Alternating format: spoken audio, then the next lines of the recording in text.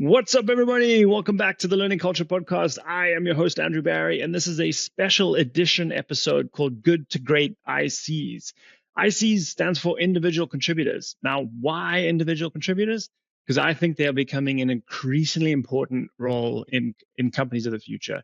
There is increasing evidence every single day about how ICs are able to make more impact on their own thanks to AI, and how they are actually learning management skills to manage AI agents.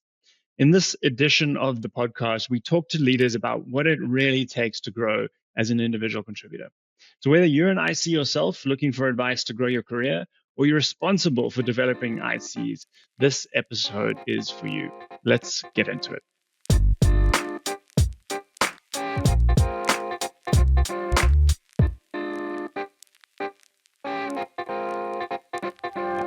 Aimee, welcome to the show. Thank you. Thank you for having me. Yeah, so all right, so let's dive in. Good to great ICs. I want to start with your experience as an IC, and Yeah. specifically, what is one aha moment you had as an IC that just totally changed how you show up at work? Yeah, a lot, but I can think of one in particular that I'd like to share. And early in my career, I remember, I was doing my role, everything was going fine, and the COO pulled me into his office.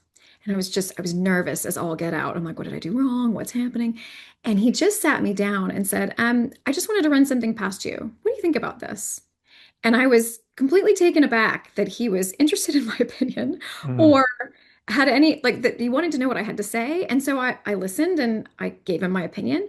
And that man and that leader like changed my whole trajectory because I was mm, thinking, hold on, I've been thinking about work as someone gives me something to do and I do it. That's what I do. I did the job. And this made me think of, wait, I'm also in charge of designing what work needs to be done. mm, Also need to think about what does the company need and and and then the result is here are the things we need to do. And I had been stuck in the mindset of like, here are my tasks, I've got them done, and I'm going home. And it started me thinking more like a in a cycle about like, wait, is this the right work to do? What should we be doing? What is my idea?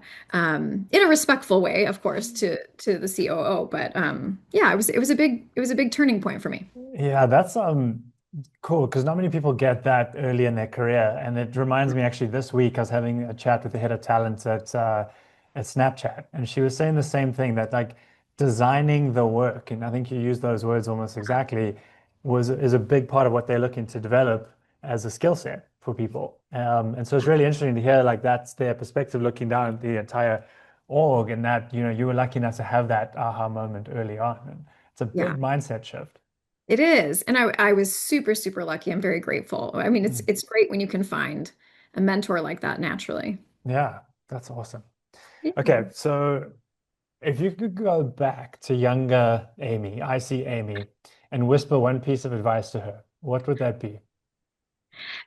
Actually, it's similar. So, my dad is an entrepreneur, and I come from a family of entrepreneurs. And I remember him telling me, if you sign up to work at a company, you sign up to work for someone else's dream.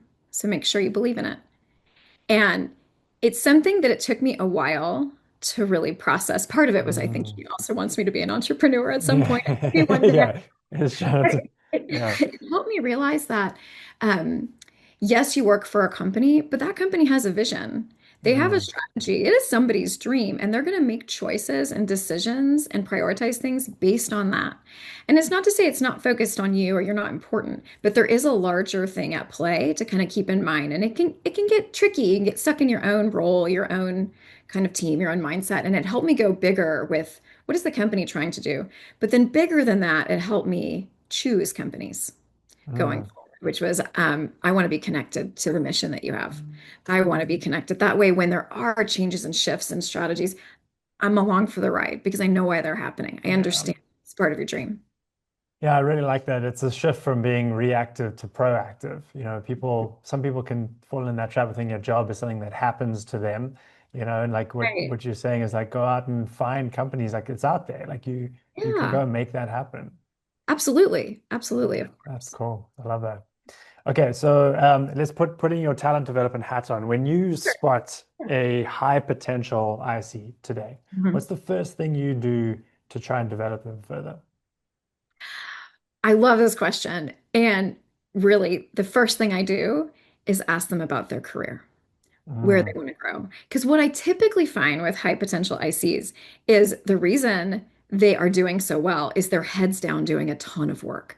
So they're in the role, they're really busy, they're really productive, they're really effective, but sometimes like haven't peaked up to like, mm, where am I headed? Where am I going? Am I going in the direction am I want? Am I staying kind of stagnant, but I'm successful? So the first thing I do is like try to get them to kind of look up and say, mm, where do you want to go? What are you enjoying? And sometimes it's formulating those questions for them of like, what gives you energy? Or what about this drains you? Like trying to figure out where do you want to take all of this? So mm, want to take this down this path? Are you actually more interested in these things and what can we develop there? And so that's something I see a lot is that they're super productive, highly engaged, but sometimes like heads down mm. and wanting to just kind of lift them up for a second and say like, let's look to the horizon. This actually, I was looking at this today. This reminds me of this quote by Peter Drucker, which was, I've got it written here. There is nothing so useless as doing efficiently that which should not be done at all. And it kind of like, right? Like it kind of reminds me that like you could be so good and so efficient at that work, but if it's not what you want to be doing, you're like you're Right. getting just a small part of your potential. You're not tapping into it Of fully. course. Yeah. Mm. And you can spend a lot of years that way. Yeah. And then look up and be like, wait, what have I done? Yeah. So that's the first thing I always want to do is go in there and see, let's have those conversations. It means scheduling them and maybe hand holding a little bit if it's not familiar or natural and making sure Yeah. there's, you know, questions that feel comfortable to Yeah. answer to kind of get those thoughts. Love that. That's really good advice. And not just for talent developers like yourself, but also for just managers, right? Like every manager can do this with people that they're leading. Yeah, of course. Awesome. Well, Aimee, thank you so much for joining me on the Of show course. today. Thank you for having me. Appreciate it.